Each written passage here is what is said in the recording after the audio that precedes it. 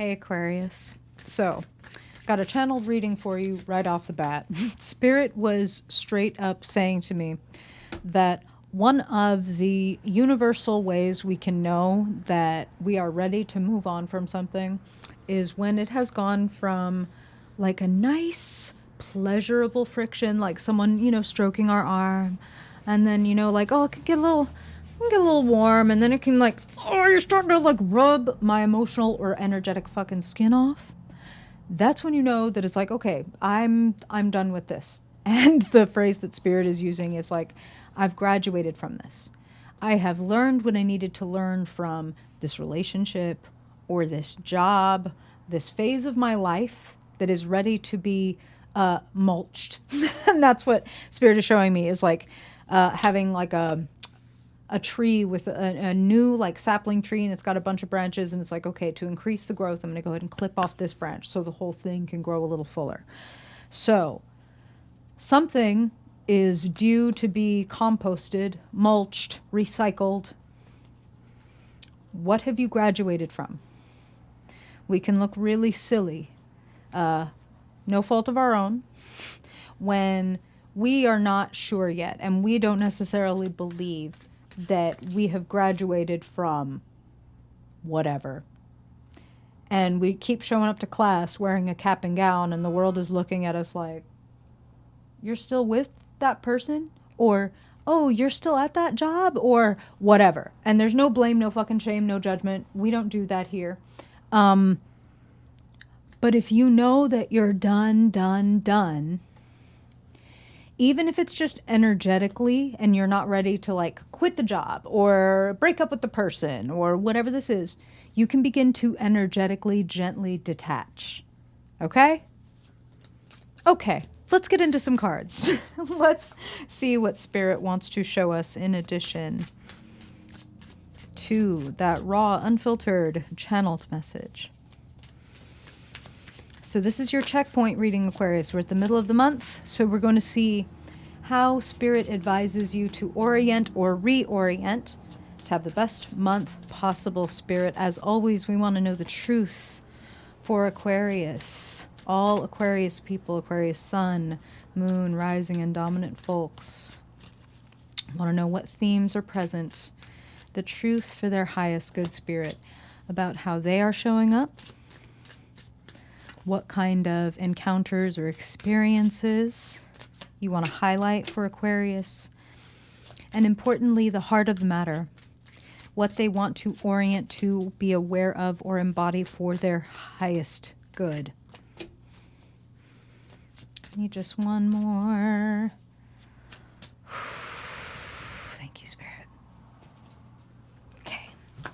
Whee! Let's do it. Aquarius. In the middle of May, as we wrap Taurus season, your fellow fixed sign, what does Aquarius need to know? Hey, speaking of Taurus, I will pop your cards right up here in just a second, so you will be able to see everything that I am seeing. Beautiful, Aquarius. Look at you showing up in your power as the King of Swords.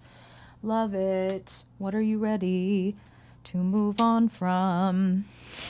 What might you be overthinking? A little bit of overthinking. A little bit of muddy waters. I want to pull one more card, Aquarius, because I see you've got cards for wisdom. You've got cards for clarity.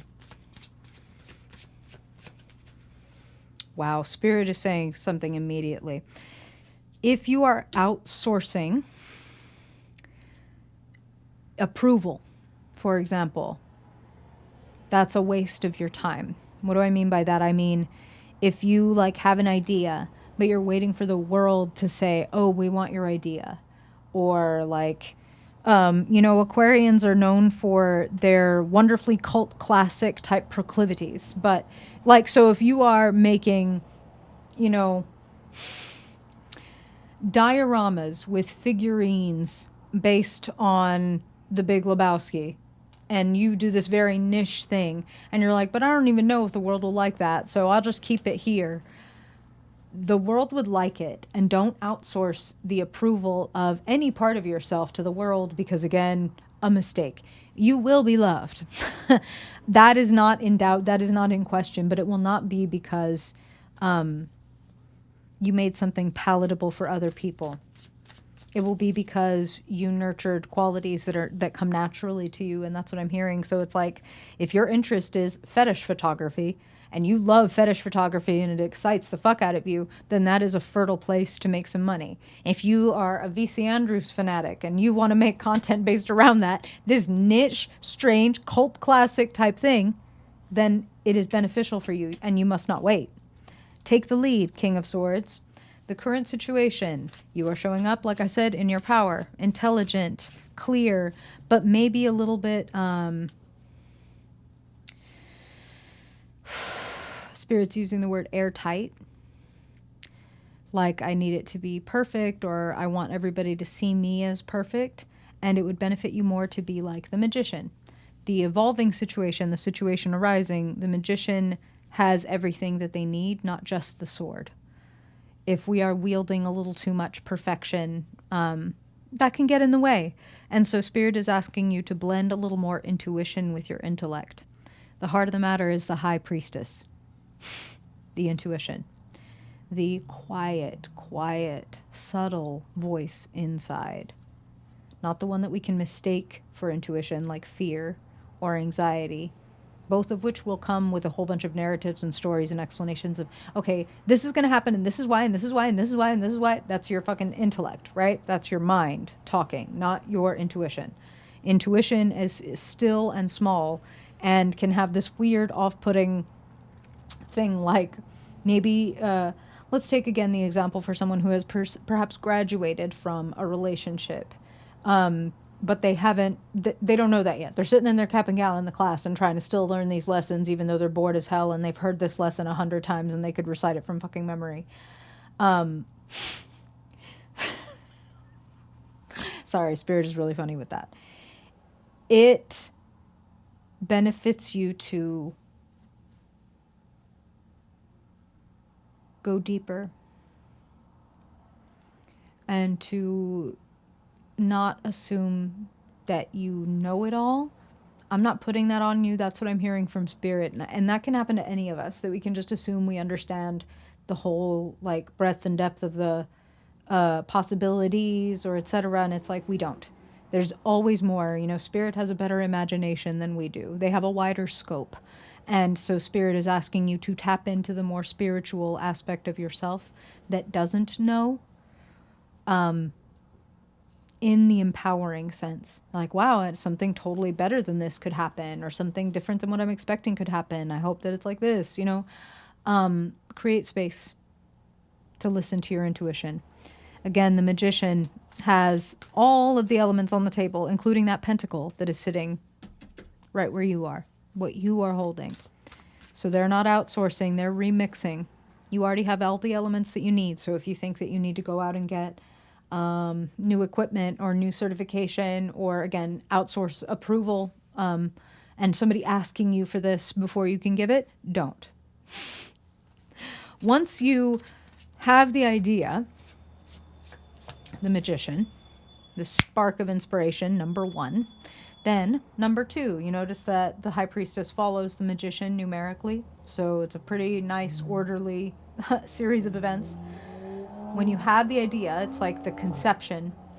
And then there's the high priestess, that dark, unknown time where it's like, did the act of attempting conception, will it result in a baby? That we'll find out in number 3, in the high priestess. Did this thing turn into a baby? You have something incubating quietly in the dark. Allow for that and don't judge it. If you're judging it ahead of time and trying to, like, get it right, I'm going to ironically say that's the only wrong approach, is trying to get it right. It's pretty funny. That will trip you up. That will take more joy out of the process when this should be a joyful process for you. 10 of Cups sits in your short-term future. So joy, pleasure, love, community, feeling surrounded, feeling appreciated. Now, long-term future, we have the Nine of Swords clarified. It's actually muddied by the Seven of Cups. So I want to pull more because if we were looking, or one more, because if we were looking at a Venn diagram of the Nine of Swords and the Seven of Cups, it would be like overthinking it. It would be muddying the waters. It would be like, this is too much on the table in front of us to try to make sense of. Like some elements have to be cleared away before anything is going to make sense. You know what I'm saying? So Spirit, can you please show me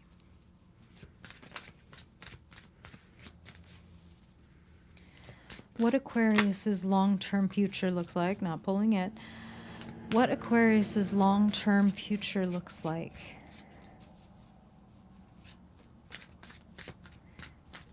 If they begin to in-source approval, belief in themselves when it comes to this thing that they want to build or grow or cultivate. Well, it don't get much clearer than that, Aquarius. So when you plant the seed, the orchard is a natural byproduct. When you care for it, when you tend to it day by day, and that means not judging it, that means not digging it up to see, is it open yet? Is anything happening yet? Don't outsource, in-source. How does that hit you, Aquarius? Does this remind you of anything? Is this bringing up any reflections on what's going on in your own life or questions? I would be happy to give you feedback. I appreciate those of you that take the time to comment or like or dislike, if that's the truth, King of Swords. It really means a lot to me and it really helps. So thank you to those of you who do that. If you ever want a personal reading, the way to do that is just south of this video. I appreciate you, Aquarius. I hope the time you spent with me pays for itself many times over. And if I don't see you in a reading before then I hope I will see you in your June reading. Till then, bye, Aquarius.